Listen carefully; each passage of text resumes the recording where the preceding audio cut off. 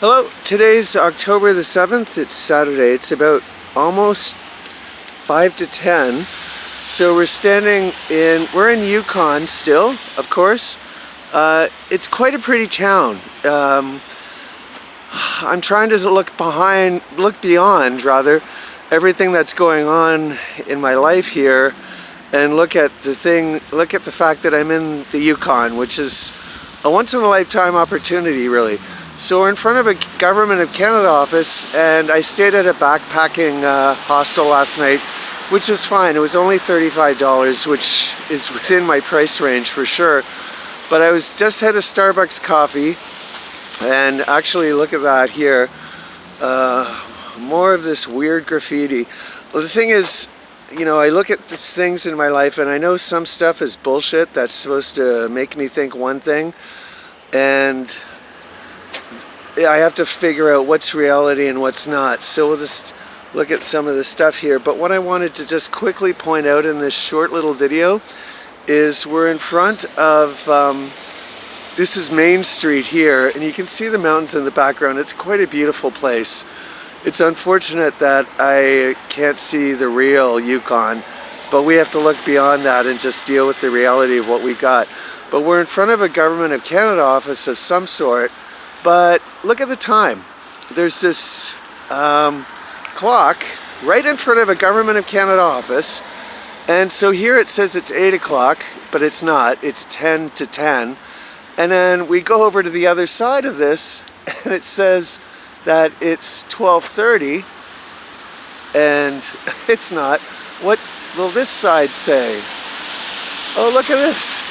This side says it's 5 after 10. So let's look around this one over here and see what time this says. Oh, look at this. This one says it's 25 after 6. So this is some of the stupidity that I run into every day. And so I'll just let you have a quick look here. This was put up here September 26, 2003. We're heading back to the backpacking place, which is fine, and I think I'm going to stay another night for the $35. I slept on the top bunk. There were 3 other guys, or maybe 2. I went to bed early. There were 2 other guys, at least, or 3, in the room, and at least, you can see it's in the Yukon, so it's getting cold. But look at this, more pylons. What a big surprise, and a fence. So this means something to someone, and a lot of this stuff I can't say exactly what it means, but the reason I photograph a lot of stuff and the reason I film this stuff is for people who work in intelligence and the military. These people can look at this stuff and have a lot more information on at their hands, and they can disseminate and put in perspective. Wow, look at this one over here. I didn't see this. I haven't seen something like this before. But they can look at this stuff and instantly know what this stuff means, and given all the other information that they've got at their disposal, they can put all this in perspective. That's the most important thing. I don't have all the information, and I don't have all the answers, and I'm not really expected to. But people who work in intelligence, and in Canada, the CSIS, and in America, the Department of Homeland Security, they can look at this stuff and figure out what it all means and put it all in perspective. So that's my goal with releasing all of this information, is letting people know, giving them the information so that they can put it all in perspective and analyze it and know what it all means. So I'm just going to head back. You can see this is directly north now. It's a pretty place. It's really a nice town. I could see actually, living here for a period of time if things were normal, which they're not. So I'm just going to go back home to the backpacking place. And so you can see there, Whitehorse is in a bit of a valley. If you look down there, that's south, right before that, before those mountains there, is a river. And I'll try to film that later on today. But I'm going to head back. But I wanted to show you the time that we saw that in Sudbury. If you remember, I mentioned that the clock was an hour ahead. So now we've seen the same thing. I'm proving to you that these towns are empty. They're putting all these shows on to pretend and make me think that these towns have people living in them. Look at this again, more orange. I've rarely seen so much orange in my life. I worked at the Bank of Nova Scotia and I worked at Scotia McLeod, excuse me, whose colors are orange. And I swear, I think I've seen as much orange now traveling around Canada as I did when I worked there. But we're gonna sign off. Why would you have orange here? I mean, come on, this is not coincidence, folks.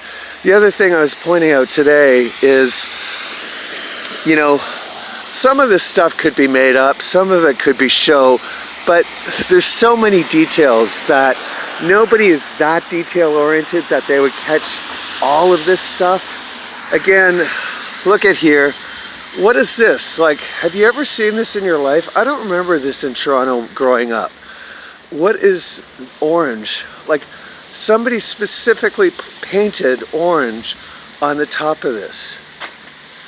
Like, it's just not normal. Look at that trash can further down here. I mean, I haven't seen this before. This is the first time.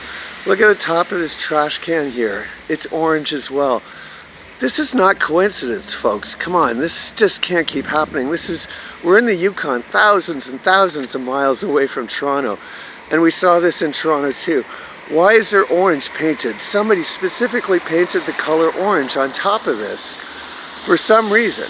So, it just, you know, come on. This is just not making a lot of sense. There's shit going down here.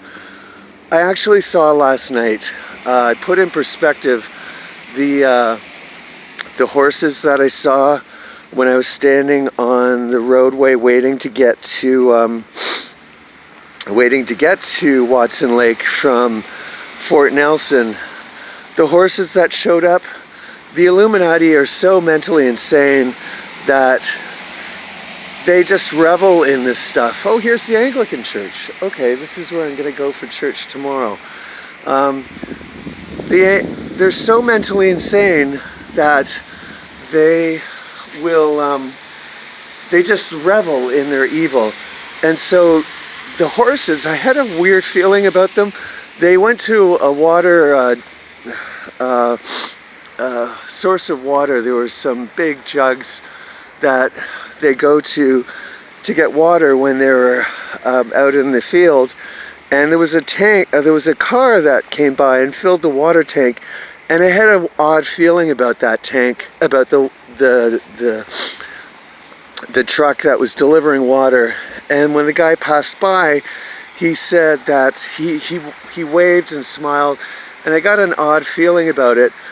I think it was a mixture of, here's some water because you're going to be standing out here for 6 hours in the blazing sun all day, but the horses also were a very sinister way of the Illuminati saying, yeah, the apocalypse has occurred, the 4 horsemen of the apocalypse are here, just like the book of Revelation says.